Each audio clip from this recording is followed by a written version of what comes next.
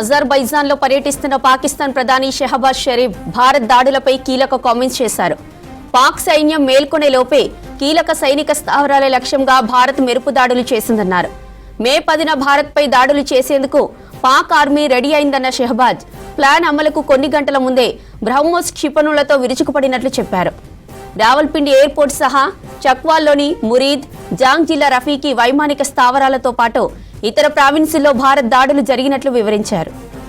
అటు పాక్ దాడుల ప్రణాళిక గురించి ఆర్మీ చీఫ్ మునీర్ తనకు ముందస్తుగానే తెలియజేశారన్నారు షరీఫ్. ఇండియన్ ఆర్మీ దాడుల్లో స్కార్డు, బోలారి, జకోబాబాద్ సహా సర్గోదాలోని ఎయిర్ ఫోర్స్ స్థావరాలు దెబ్బతిన్నాయి.